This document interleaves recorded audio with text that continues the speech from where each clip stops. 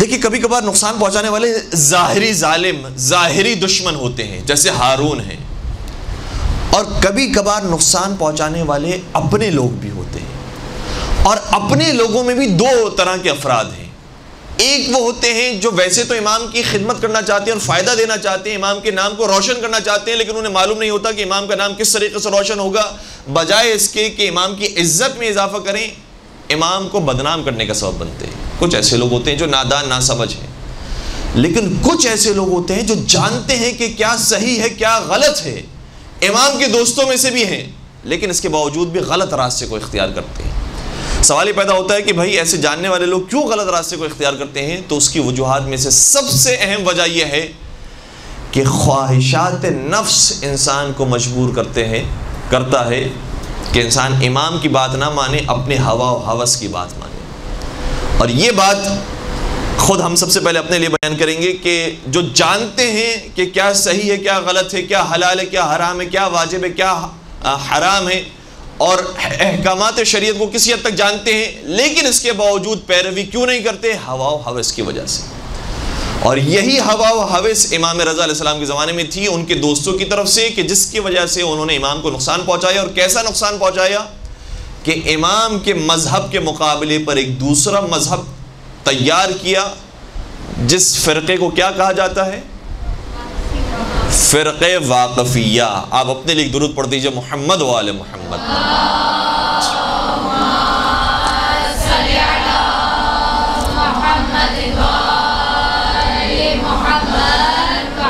فرقہ واقفیہ کیا ہے؟ بہت مختصر انداز میں آپ کی خبر بیان کریں۔ فرقہ واقفیہ یہ وہ لوگ ہیں کہ جو یہ کہتے تھے کہ ساتویں امام کے بعد ہم توقف اختیار کر رہے ہیں اور احتیاط کر رہے ہیں، ہمیں نہیں معلوم کہ ساتویں امام کے بعد امام کون ہے، اس لیے ہمیں ابھی سوچ بچار کے لیے وقت چاہیے، ہم احتیاط کر رہے ہیں، ہمیں نہیں معلوم کہ آٹھویں امام کون ہیں، علی رضا ہیں یا کوئی اور ہیں یا کوئی اور ہیں، اس لیے ابھی ہم توقف اختیار کر رہے ہیں۔ توقف سے نکلا ہے واقفیہ، تو انہوں نے اپنے فرقے کا نام دیا فرقہ واقفیہ۔ اچھا، وجوہات انہوں نے بعد میں بیان کی ہیں کہ ہم یہ کیوں کر رہے ہیں، لیکن علماء بیان فرماتے ہیں کہ ساری وجوہات بیکار ہیں، اصل میں جو وجہ ہے وہ ہوا و ہوس ہے۔ اور وہ کون سی ہوا و ہوس؟ یہ جو لوگ امام رضا کی امامت کو نہیں مان رہے ہیں، یہ وہ لوگ ہیں جو ساتویں امام کی امامت کو مانتے ہیں، اور نہ صرف امام کی امامت کو مانتے تھے بلکہ امام کے خاص وکیل تھے، امام کی جانب سے خاص نمائندے تھے مختلف شہروں کے اندر۔ امام مدینہ کے اندر تھے تو یہ عراق کے اندر امام کے نمائندے تھے، امام مدینہ کے اندر تھے تو یہ مصر میں امام کے نمائندے تھے۔ لیکن یہ امام کی شہادت کے بعد آٹھویں امام کی امامت کو کیوں نہیں مان رہے تھے؟ اس کی وجوہات میں، اور کچھ چیزیں تو ایسی جو انہوں نے صراحت کے ساتھ اعتراف بھی کیا، اپنی زبان سے بھی جاری کی ہیں، اور علماء نے جو تحقیق کی ہے اس کا بھی یہی نتیجہ ہے۔ شیخ طوسی نے اپنی کتاب کے اندر اس بات کو ذکر کیا ہے، فرماتے وجہ یہ ہے کیونکہ ساتویں امام مختلف زندانوں میں گئے اور اس کے بعد شہید ہو گئے، تو ساتویں امام کی اس زمانے میں جتنا خمس آتا تھا، زکوٰۃ آتا تھا، وہ ان وکیلوں کے پاس جمع ہو گیا تھا، اور اتنا مال ان وکیلوں کے پاس جمع ہو گیا تھا کہ جب انہیں خبر ملی کہ ساتویں امام اس دنیا سے چلے گئے ہیں اور آٹھویں امام حضرت علی رضا علیہ السلام امام ہیں، تو انہوں نے امامت کو ماننے سے اس لیے انکار کر دیا کہ اب حضرت علی رضا ہم سے وہ مال مانگیں گے کہ جو خمس و زکوٰۃ کا ہمارے پاس موجود ہے، اس لیے ان کی امامت کو ماننے سے ہی انکار کرتے ہیں۔ ہم یہ کہہ رہے ہیں ابھی توقف کر رہے ہیں، ہمیں نہیں معلوم کون امام ہے، تاکہ یہ مال ہمارے پاس ہی رہے۔ تو مال اور ہوا و ہوس کی وجہ سے اتنے قریبی لوگ، اتنے بڑے اصحاب، اتنے بڑے وکیل، انہوں نے بھی انکار کر دیا آٹھویں سرکار کی امامت کو ماننے سے۔ اس میں چند ایک کے نام آپ کی بیان کرتے ہیں۔ سب سے پہلا نام جس کے بارے میں کہا جاتا ہے کہ اس نے بنیاد ڈالی ہے اس فرقے کی، اس کا نام ہے علی بن حمزہ بطائنی۔ علی بن حمزہ بطائنی، دیکھیں نام سے بھی کتنا خوبصورت نام لگ رہا ہے، علی بن حمزہ، علی بن حمزہ بطائنی، یہ عراق کے وکیل تھے۔ دوسرا نام جو ملتا ہے زیاد بن مروان قندی۔ اچھا، دوسری مثال بھی ہمارے سامنے آ گئی کہ سب نام پڑھنے چاہیے گا۔ دوسرا نام زیاد بن مروان قندی کا ہے۔ تیسرا نام عثمان بن عیسیٰ رواسی، اس نے بھی امام کی امامت کو تسلیم نہیں کیا اور فرقہ واقفیہ کا ساتھ دیا۔ چوتھا نام منصور بن یونس بزرج، اور بہت سارے دیگر نام ہیں کہ جو اس کی سپورٹ کے اندر تھے۔ اچھا، ان کے پاس کتنا مال موجود تھا؟ کم مال نہیں ہے، بہت زیادہ مال، بہت زیادہ مال.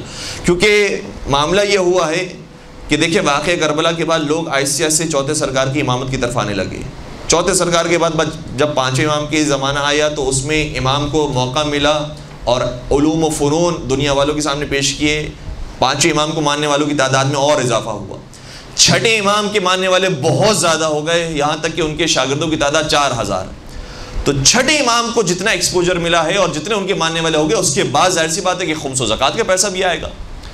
اور ساتویں امام کو اسی کا بینیفٹ ملا کہ چھٹے امام کے جو اتنے شاگرد اور اتنے ماننے والے تھے اور اتنی تبلیغ ہو گئی تھی، اس کے بعد بہت بڑی تعداد ساتویں امام کو ماننے والی تھی اور ان کے پاس خمس و زکوٰۃ کا پیسہ آیا کرتا تھا. لیکن امام کے چونکہ زندان کا معاملہ تھا، اس لیے بعض مختلف شہروں کے اندر امام نے اپنے وکیل معین کیے ہوئے تھے کہ ہمارے پاس اگر تم پہنچا نہیں سکتے ہو تو فلاں وکیل کے پاس پہنچاؤ، فلاں وکیل کے پاس پہنچاؤ، ہمارے پاس آنے کی ضرورت نہیں ہے. اور اس وجہ سے ان وکیلوں کے پاس پیسے جمع ہوتے رہے. کتنے ہو گئے تھے؟ علی بن حمزہ بطائنی، جس نے بنیاد رکھی اس مذہب کی، ساتویں سرکار کی شہادت کے وقت اس کے پاس جو دینار موجود تھے، سونے کے سکے موجود تھے، وہ تاریخ کی کتاب میں ملتا ہے 30,000 سونے کے سکے تھے. 30,000. ہمارے سامنے تو 30 سونے کے سکے بھی آ جائیں تو شاید ایمان بدل جائے گا. یہ 30,000 سونے کے سکے رکھتا تھا. تو ظاہر سی بات ہے کہ آسان نہیں ہوتا ہے ایمان کا امتحان دینا. ایک اور روایت بڑی خوبصورت ہے. شاید چھٹے امام امام جعفر صادق علیہ السلام کی خدمت میں ایک شخص آیا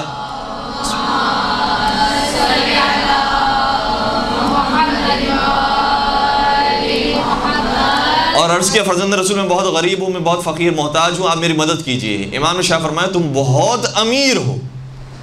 اس نے کہا کہ مولم آپ مجھے ڈاؤٹ میں ڈال رہے ہیں، کہیں میرے پیسے پڑے ہوئے ہیں، آپ مجھے بتانے والے ہیں وہاں پر میرے پیسے پڑے ہیں. امام نے فرمایا نہیں، ظاہری طور پر نہیں، باطنی طور پر تم بہت امیر ہو. کہا کہ کیا مطلب؟ کا ہے مطلب یہ ہے کہ اگر تمہارے پاس مشرق سے لے کر مغرب تک دنیا جہاں کی ساری دولت بھی رکھ دی جائے اور تم سے کہا جائے کہ ولایت علی پر سے اپنا عقیدہ ہٹا لو، تو تم ان ساری دولت کو ٹھکرا دو گے لیکن ولایت علی سے اپنے ہاتھوں کو نہ اٹھاؤ. اس کا مطلب یہ ہے کہ تمہارے پاس جو ایمان موجود ہے وہ دنیا کی دولت سے زیادہ قیمتی چیز ہے. تو پھر اسے ذرا اطمینان اور خوشی محسوس ہوئی کہ ہاں واقعی میں کوئی بھی یہ سودا نہیں کر سکتا، چاہے میرے پاس کتنے ہی پیسے ہوں، کوئی کتنی بڑی آفر لگا دے، لیکن میں ایمان علی ابن ابی طالب کے اوپر سے اپنے ہاتھ کو نہیں اٹھاؤں گا. تو کچھ ایسے لوگ بھی ہوتے ہیں جو ظاہری طور پر غریب ہوتے ہیں لیکن ان کی محبت، ان کی ولایت جو دلوں کے اندر ہوتی ہے وہ اتنی محکم ہوتی ہے کہ دنیا جہاں کی دولت بھی ان کے سامنے رکھ دی جائے تو وہ قبول کرنے کے لیے تیار نہیں ہے. تو علی بن حمزہ بطائنی 30,000 دینار اس کے پاس موجود تھے، یہ ایک سبب بنا. اس کے بعد اور بڑی تعداد ہے. زیاد بن مروان قندی کے پاس بعض روایات کے مطابق 80,000، بعض کے مطابق 70,000، بعض کے مطابق 1,00,000 دینار اس کے پاس موجود تھے خمس کے. تو وہ کیوں مانے گا امام کی امامت کو؟ چاہے گا کہ اپنے پاس رکھے اور اپنے اوپر اور اپنے گھر والوں پہ خرچ کرے. اسی طرح سے ایک اور جو شخص ہے اس کے پاس بھی تقریباً یہی فگر 70,000 دینار ملتی ہے کہ موجود تھے. خلاصہ کلام یہ کہ بہت سے اپنے لوگوں نے بھی امام کو نقصان پہنچایا، اس کی وجہ یہی دنیا تھی. دنیا کی محبت انسان کو اتنا اندھا کر دیتی ہے کہ کبھی کبھار انسان علی اور اولاد علی سے بھی اپنے ہاتھ کو اٹھا لیتا ہے. اور بہرحال دونوں طرح کی مثالیں ہمیں ملتی ہیں. جناب عیسیٰ علیہ السلام کا واقعہ ہے، وہ پورا واقعہ تو مجھے اچھے طریقے سے ذہن نشین نہیں ہے، لیکن کچھ اس کا جو خلاصہ ہے وہ یہ ہے کہ حضرت عیسیٰ علیہ السلام نے ایک دن فرمایا کہ دنیا بہت بری چیز ہے، دنیا کی مذمت فرمائی. اس کے بعد شاید ایک صحابی تھا جو ان کا ایک حواری تھا جس کو یہ بات سمجھ میں نہیں آئی. تو حضرت عیسیٰ علیہ السلام نے اس کو کچھ رقم دی اور بہت بھاری رقم دی. کہا کہ تمہیں دنیا بہت عزیز ہے، یہ لے کر جاؤ. جب وہ لے کر چلا تو راستے میں ایک شخص سے ملاقات ہوئی اور باتوں باتوں میں پتہ چل گیا کہ اس حواری کے پاس بہت بڑی رقم موجود ہے، بہت زیادہ پیسہ موجود ہے. اب وہ حواری کا واقعہ تھا یا خود حضرت عیسیٰ کا واقعہ تھا، تھوڑا سا ہم نے جیسے عرض کیا کہ پورا ہمارا وہ واقعہ ہمارے ذہن میں نہیں ہے، لیکن اس کا خلاصہ یہ ہے. جب اس کو پتہ چل گیا تو اس نے کہا کہ یا تم مجھے یہ دے دو یا میں تمہیں قتل کر دوں گا. حواری نے وہ سارے پیسے اس شخص کو دے دیے۔ وہ شخص وہ بھاری رقم لے کر آگے بڑھنے لگا۔ جب وہ کچھ اور آگے گیا تو ظاہر سی بات ہے کہ انٹریکشن تو ہوگا لوگوں سے، خرید و فروخت تو کرنی پڑے گی ان پیسوں سے، کوئی فائدہ تو اٹھانا پڑے گا۔ پھر کسی شخص کو پتہ چل گیا کہ اس کے پاس بہت مال و دولت ہے۔ اس نے کہا کہ آدھا مجھے دے دو تو پھر میں یہ کسی کو نہیں بتاؤں گا اور آدھا تم رکھ لو۔ وہ مان گیا۔ یہ دونوں اور شخص آگے بڑھے تو ایک تیسرے شخص سے ملاقات ہوئی۔ اس تیسرے نے کہا کہ مجھے پتہ چل گیا کہ تم دونوں کے پاس اتنی دولت موجود ہے، اگر تم نے مجھے شریک نہیں کیا تو میں سارے شہر والوں کو بتا دوں گا، وہ قبضہ کر لیں گے اور تمہیں کچھ بھی نہیں ملے گا، اس لیے اس کا ایک حصہ مجھے بھی دو۔ اب وہ 2 سے اس کے 3 حصے ہو گئے۔ چلتے چلتے دوپہر کا وقت آیا اور تینوں کو بھوک لگی، تو آپس میں طے کیا کہ کوئی ایک شخص جائے اور کھانا لے کر آئے۔ کسی نے طے کیا کہ فلاں شخص ہے ہم تینوں میں سے کہ جو جائے گا کھانا لے کر آئے گا۔ جو کھانا لینے گیا تھا اس کا ارادہ یہ ہے کہ میں سارے مال پر قبضہ کروں۔ جو 2 شخص رہ گئے ہیں ان کا بھی ارادہ یہ ہے کہ میں سارے مال پر قبضہ کروں۔ کیا کیا انہوں نے؟ جو 2 شخص بیٹھے ہوئے تھے کہ کھانے کا انتظار کر رہے تھے، ان میں آپس میں لڑائی ہو گئی، اور ایک نے دوسرے کو پتھر مارا اور دوسرے نے پہلے کو پتھر مارا، اور آپس میں اس طرح سے زخمی ہو کر دونوں مر گئے۔ اور وہ جو شخص گیا تھا لینے کے لیے کھانا، اس کے بارے میں بھی ایک شخص کو پتہ چل گیا کہ اصل میں اس کے پاس مال موجود ہے، اس لیے جب اس کو کھانا دیا تو اس میں زہر ملا کر دیا۔ یہ کھانا لے کے جب پہنچا اور اس سے وہ کھانا کھایا بھوک کے بعد، تو وہ کھانا کھا کر وہ بھی مر گیا۔ اور نہ یہ دولت اس حواری کے کام آئی، نہ ان تینوں میں سے کسی کے کام آئی، بلکہ اس دولت کو کوئی اور چوتھا شخص وارث بن گیا۔ حضرت عیسیٰ علیہ السلام کو اس پورے واقعے کی خبر ملی، اطلاع ملی، تو فرمایا کہ یہی دنیا ہے۔ ہم جس دنیا کے پیچھے اتنا بھاگ رہے ہوتے ہیں، ضروری نہیں ہے کہ ہم اس پر قبضہ بھی کر پائیں۔ کبھی پروردگار ہو سکتا ہے کہ امتحان لیتے ہوئے قبضہ ہمارے ہاتھوں میں دلوا بھی دے، لیکن اس کا بہرحال ہمیں حساب و کتاب دینا ہے۔ اور بہت دفعہ ایسا ہوتا ہے کہ جو لوگ دنیا کے پیچھے بہت بھاگ رہے ہوتے ہیں، کبھی بھی دنیا ان کو نصیب نہیں ہوتی اور اپنا وقت وہ ضائع کرتے ہیں، یہاں تک کہ وہ زندگی برباد کرتے تھے دنیا کے پیچھے، اور نہ دنیا انہیں ملتی ہے اور نہ آخرت انہیں ملتی ہے۔ ایک درود پڑھ دیجئے محمد و آل محمد۔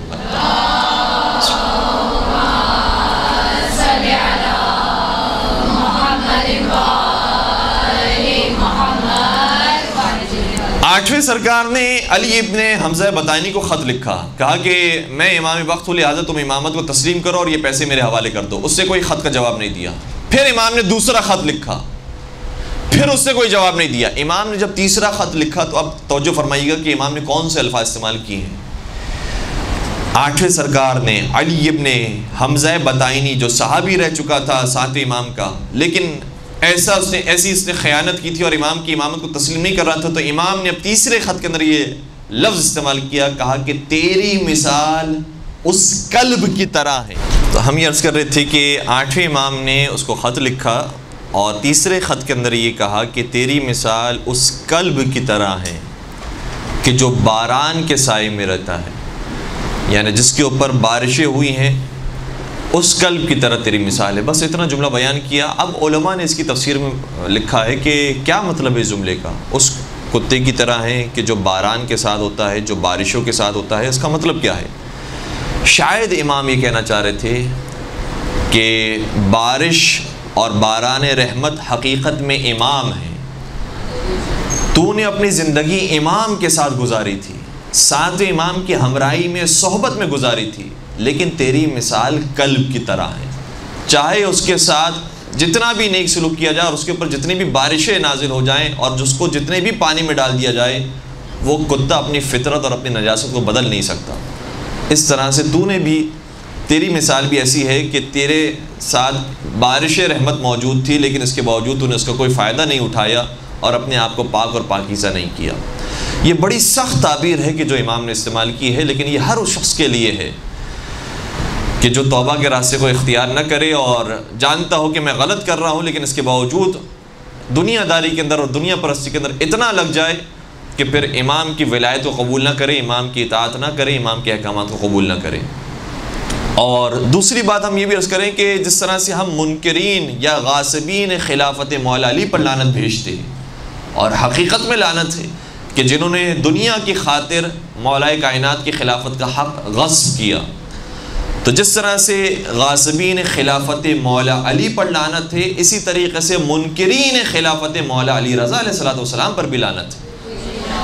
اور پھر اسی طریقے سے ہر امام کے امامت کو نہ ماننے والا، اگر کوئی زمانے کے امام انشاءاللہ ان کا ظہور جلد از جلد ہو، تشریف لائیں اور اس کے بعد کوئی یہ کہے کہ یہ میری مسجد ہے، یہ میرا امام باڑہ ہے، یہ میرا مدرسہ ہے، اور یہ میں اپنے حساب سے اس کو چلاؤں گا، میں نے اس میں اتنا وقت لگایا، اتنا پیسہ خرچ کیا ہے اور اتنا ہی کام کیا ہے، تو پھر اس کا مطلب یہ ہوا کہ اس کی ابتدا ہی ٹھیک نہیں تھی۔ وہ حقیقت میں امام کے نام کو استعمال کرنا چاہتا تھا اپنی اس چھوٹی سی کرسی کے لیے۔ تو کچھ لوگوں کے دل میں بہرحال ہوتا ہے، اور انشاءاللہ پروردگار ہم سب کے دلوں کو پاک و پاکیزہ فرمائے اور دنیا کی محبت دل سے نکال دے، اور آخرت کا خوف ہمارے دلوں کے اندر نازل فرمائے کہ ہم انشاءاللہ صراط مستقیم پر باقی رہ سکیں۔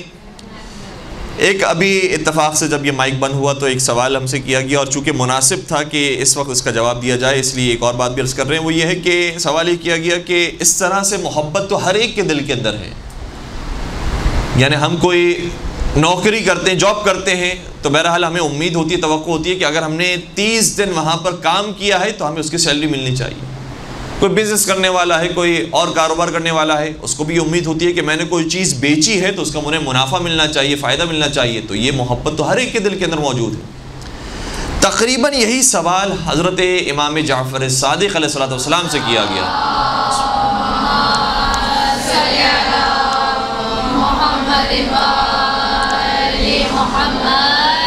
ایک شخص بہت پریشان حال ہو کر امام کی خدمت میں آ کر کہا کہ مولا میرے لیے دعا کیجئے کہ میرے دل سے خدا دنیا کی محبت نکال دے۔ امام نے فرمایا کہ کون سی دنیا کی محبت، کیونکہ امام جانتے تھے کہ اس کا مزاج کیا ہے، اور ظاہر سی بات ہے کہ امام علم غیب سے واقف ہیں۔ تو کہا کہ کون سی دنیا کی محبت کی بات کر رہے ہو؟ اس سے کہا کہ مجھے دنیا کی اتنی محبت ہے کہ میں گھر جاتا ہوں تو مجھے اپنے بچوں کو دیکھ کر ان پر پیار آتا ہے، ان سے محبت کا اظہار کرتا ہوں۔ گھر والوں کے ساتھ ہوتا ہوں تو میرا دل چاہتا ہے کہ میں گھر والوں کے ساتھ رہوں۔ جب دکان پر جاتا ہوں تو میں وہاں کوشش کرتا ہوں کہ زیادہ بہتر انداز میں رزق حلال کماؤں، اور جب میں یہ رزق کما لیتا ہوں تو میرا دل چاہتا ہے کہ میں حج پر بھی جاؤں، میں عمرے پر بھی جاؤں۔ تو میں اتنا دنیا کی محبت میں گرفتار ہو گیا ہوں۔ امام نے ارشاد فرمایا کہ یہ ساری چیزیں وہ ہیں کہ جس کو دنیا کی محبت نہیں کہا جاتا، آخرت کی محبت کہا جاتا، کیونکہ پروردگار نے حکم دیا ہے کہ اپنے گھر والوں کے ساتھ محبت کا سلوک کرو، اپنے بچوں کو پیار دو۔ تو اگر تمہیں اپنے بچوں کے اوپر پیار آتا ہے اور ان سے محبت کا تم اظہار کرتے ہو تو یہ عین حکم الہی کے مطابق ہے۔ اگر تم رزق حلال کمانے کے لیے جاتے ہو، اپنی دکان پہ بیٹھتے ہو اور یہ کوشش کرتے ہو کہ مجھے بہتر انداز میں رزق حلال مل جائے، تو یہ عین عبادت پروردگار ہے۔ اور اگر تمہارا دل چاہتا ہے کہ ان پیسوں کے بعد تم حج کرنے جاؤ، عمرہ کرنے جاؤ، تو اس سے بڑی کوئی اور عبادت نہیں ہے۔ یہ دنیا کی محبت نہیں ہے، یہ آخرت کی محبت ہے جو تمہارے دل کے اندر موجود ہے۔ تو کبھی کبھار انسان اس طرف کی باتیں سن کر یہ محسوس کرتا ہے کہ مجھے بالکل دنیا سے کٹ آف ہو جانا ہے اور روحانیت کی طرف چلے جانا ہے۔ روحانیت کی طرف جانے کا کبھی بھی اسلام نے حکم نہیں دیا۔ اسی دنیا میں رہ کر پروردگار عالم نے اتنا خوبصورت اسلام اور اتنی خوبصورت شریعت بیان کی ہے کہ جس کے اندر یہ ساری دنیا کے احکامات بھی شامل ہیں، اور ساتھ ساتھ یہ کہ انسان پروردگار کے اوپر توجہ رکھے، پروردگار کے اوپر ایمان اور یقین رکھے، یہ بھی شامل ہے۔ وہ خطبہ نکاح کے اندر ایک جملہ آتا ہے بڑا خوبصورت ہے کہ اما بعد فقد کان من فضل اللہ علی الانام ان اغناہم بالحلال عن الحرام، کہ پروردگار کا یہ لطف و کرم ہے اپنے بندوں کے اوپر کہ اس نے حلال کے ذریعے ہمیں حرام سے بچا لیا۔ تو رزق یا مال حرام طریقے سے بھی کمایا جا سکتا ہے اور حلال طریقے سے بھی کمایا جا سکتا ہے، لیکن پروردگار نے حلال راستوں کے ذریعے ہمیں بتا دیا کہ حرام سے تم بچ جاؤ۔ نکاح حلال ہے، جائز ہے، لیکن اگر یہی کام اور یہی جو عمل ہے وہ بغیر سیغوں کے ساتھ، بغیر نکاح کے ساتھ ہو تو وہی حرام ہے۔ تو حلال کے ذریعے پروردگار عالم نے حرام سے بچا لیا، اور ہر چیز کے اندر یہی ہے۔ میوزک ہے، گانا ہے، موسیقی ہے، یہ حرام ہے، لیکن پروردگار عالم نے تلاوت قرآن کریم کی آواز یا حمد اور نعت اور قصیدے اور نوحوں کی آواز کو حلال قرار دیا ہے، تو حلال کے ذریعے ہمیں حرام سے بچا لیا۔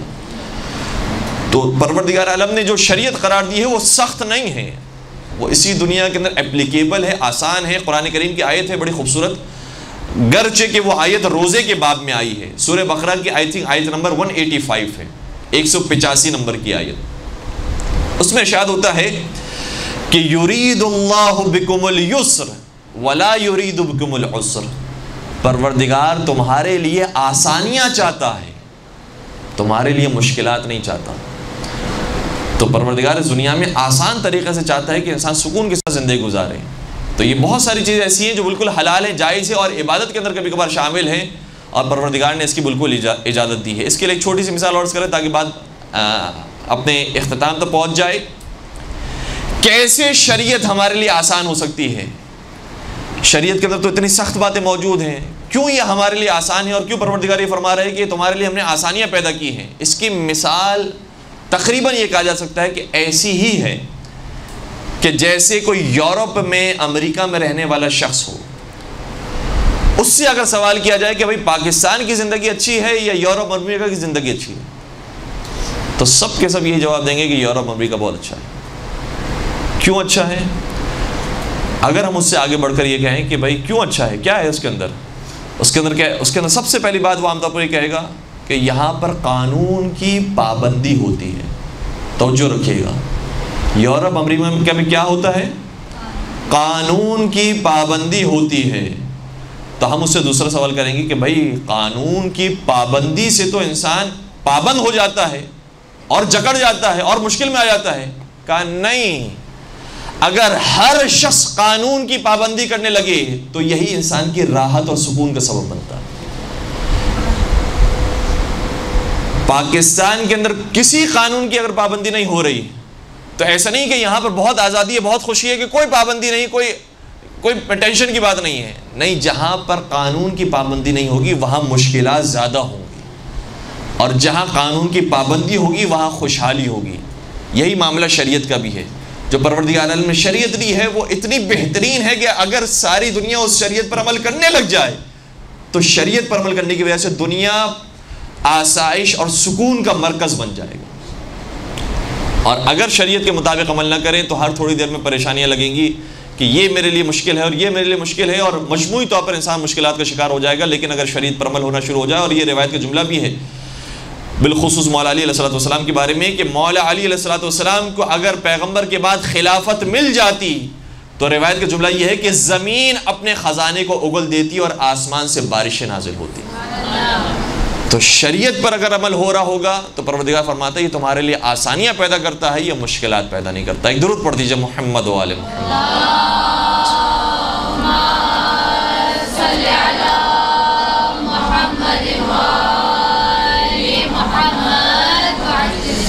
اچھا، ان کی جو علمی دلیلیں ہیں ان کو بھی بیان کر دیتے ہیں، گرچہ وقت کافی ہو گیا لیکن انشاءاللہ بات مکمل ہو جائے اس خاطر ہم جلدی اس کو عرض کرنے کی کوشش کرتے ہیں۔ جو واقفیہ فرقہ تھا ان کی کتابیں بھی موجود ہے، اس کی کتاب کے اندر چھٹے امام جعفر صادق علیہ السلام سے انہوں نے روایت بیان کی ہے۔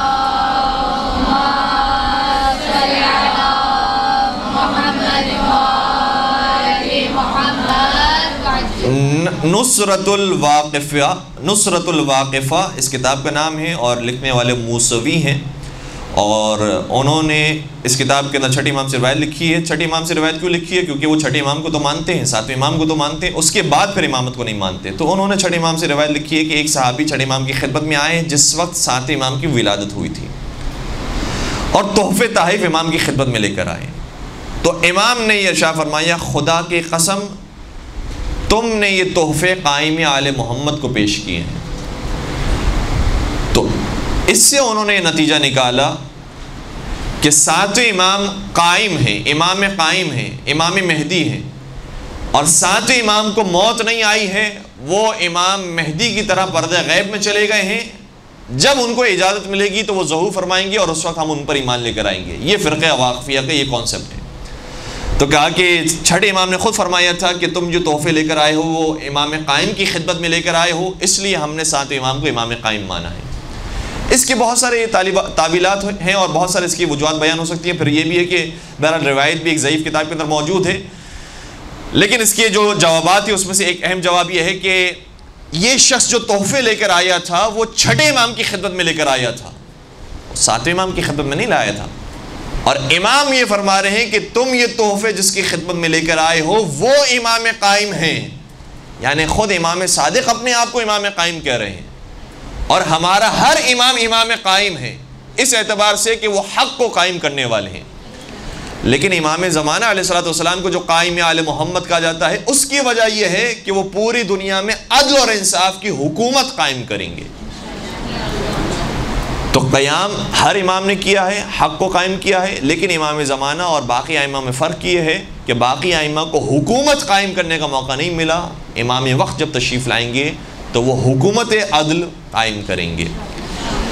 دوسری بات یہ بھی ہے کہ امام نے یہاں پر جو لفظ استعمال کیا کہ خدا کی قسم تم نے قائم آل محمد کی خدمت میں تحفہ پیش کیا ہے، تو اس سے ایک مراد یہ بھی ہے کہ تم نے جس امام کو خوش کیا ہے گویا ایسے ہی ہے کہ جیسے تمہارے زمانے کا جو بھی امام ہو، جو امام قائم ہو، اس کو تم نے خوش کیا ہے. تو امام قائم ہر ہمارا امام ہے، جس طرح سے ہمارے 12ویں سرکار ہیں. تو اس سے کوئی یہ دلیل نہیں بن سکتی کہ امام ساتویں سرکار امام مہدی ہوں اور امام قائم ہوں اور وہ پھر پردہ غیب میں چلے گئے ہوں اور اس کے بعد پھر تشریف لائے ہوں. اس طرح کی کوئی بات اس روایت کے اندر ذکر نہیں ہے. دوسری روایت جو انہوں نے بیان کی ہے وہ شیخ طوسی نے بھی اپنی کتاب میں ذکر کی ہے. اب اس پر بھی توجہ رکھیے گا. اور یہ اس سے پتہ چلتا ہے کہ روایتوں کے اندر کتنی دقت پائی جاتی ہے. ہم کبھی کبھار اس زیر زبر کی طرف توجہ نہیں رکھتے ہیں، الفاظ کی طرف توجہ نہیں رکھتے ہیں، لیکن جو اس کے ایکسپرٹس ہوتے ہیں وہ جانتے ہیں کہ اگر ذرا سی بھی غلطی ہو گئی تو ترجمہ کہیں سے کہیں نکل جائے گا. پانچویں امام امام محمد باقر علیہ السلام کی خدمت میں ایک شخص آیا،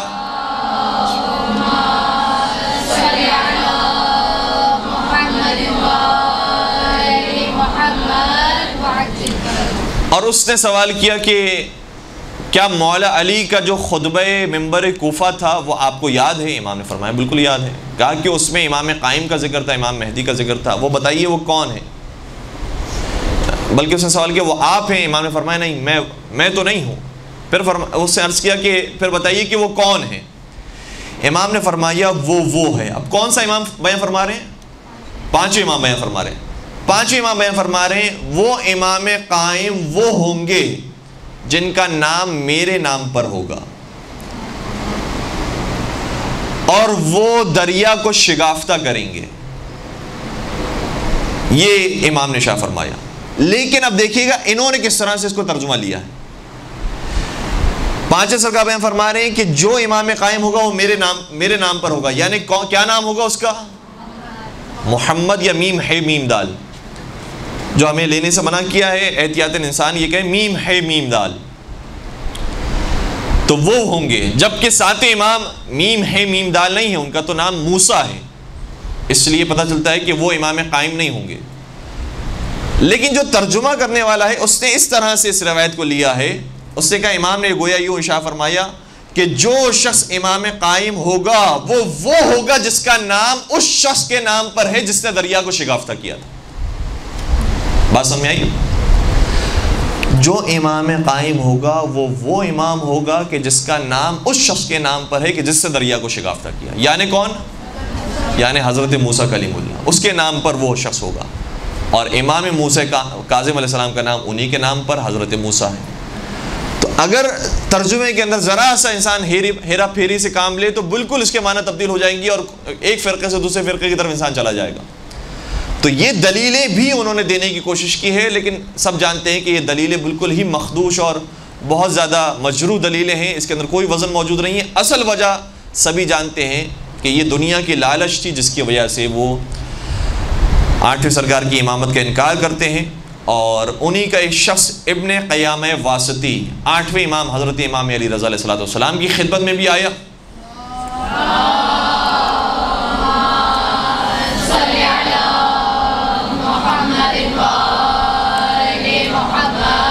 اور ابن قیامہ واسطی نے کہا کہ دیکھیں ہم تو صحیح کہتے تھے کہ آپ امام نہیں ہیں. امام رضا علیہ السلام نے فرمایا کیوں؟ کہ اس لیے کیونکہ اگر آپ امام ہوتے تو آپ کے بعد آپ کے فرزند بھی ہوتے جو امام بنتے ہیں، اور اب تک پروردگار نے آپ کو کوئی فرزند نہیں دیا ہے. آپ بے اولاد ہیں، نعوذ باللہ آپ بے نسل ہیں، بے اولاد ہیں. اس وقت امام علی رضا علیہ السلام نے شاہ فرمایا. یہ تانے بہت دفعہ دیے گئے کیونکہ نوے امام کی ولادت بہت دیر سے ہوئی ہے، اسی لیے یہ بھی کہا جاتا ہے کہ جو بے اولاد ہو وہ نوے امام کے واسطے سے اگر دعا کریں تو پروردگار انہیں اولاد نرینہ اور صالحہ نصیب فرماتا ہے. تو نوے امام کی ولادت بہت دیر سے ہوئی تھی، اس لیے آٹھویں امام کو یہ تانے دیے جاتے تھے کہ ہم تو صحیح کہتے تھے کہ آپ امام نہیں ہیں، کیونکہ اگر آپ امام ہوتے تو آپ کے کم از کم کوئی ایک بیٹا ہوتا، کوئی ایک فرزند ہوتا کہ جس کے بعد آپ کے بعد وہ امام بنے. جب ابن قیامہ واسطی نے جملہ کہا تو امام نے شاہ فرمایا کہ ایک دن اور ایک رات نہیں گزرے گی مگر یہ کہ اس سے پہلے پروردگار مجھے صاحب فرزند بنا دے گا.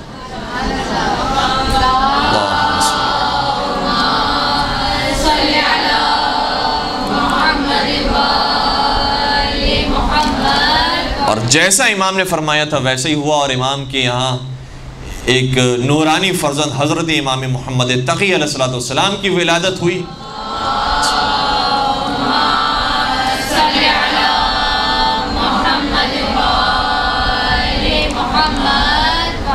اور امام تقی علیہ السلام کی جب امامت کو دور آیا تو وہ بھی کم سنی کی کیفیت تھی. اس وقت تک فرقہ واقفیہ کسی حد تک مضبوط تھا، لیکن جب امام تقی علیہ السلام کے مناظروں کو دیکھا، ان کی علمیت کو دیکھا جو یحییٰ ابن اقسم کے ساتھ ہوئے تھے، تو سب کو یقین آ گیا کہ یہی سلسلہ وہ ہے کہ جو پاک و پاکیزہ سلسلہ ہے، اور یہی سلسلہ وہ ہے کہ جسے پیغمبر نے فرمایا تھا کہ تمہیں آل محمد کی محبت رکھنی ہے، ان کی ولایت پر قائم ہونا ہے. تو یہ آل محمد جن کی ولایت اور امامت کو ماننا ہے، اس میں آٹھویں امام امام علی رضا علیہ السلام بھی موجود تھے. یہاں تک فرقہ واقفیہ کے حوالے سے آپ کی خدمت میں کچھ باتیں بیان کی.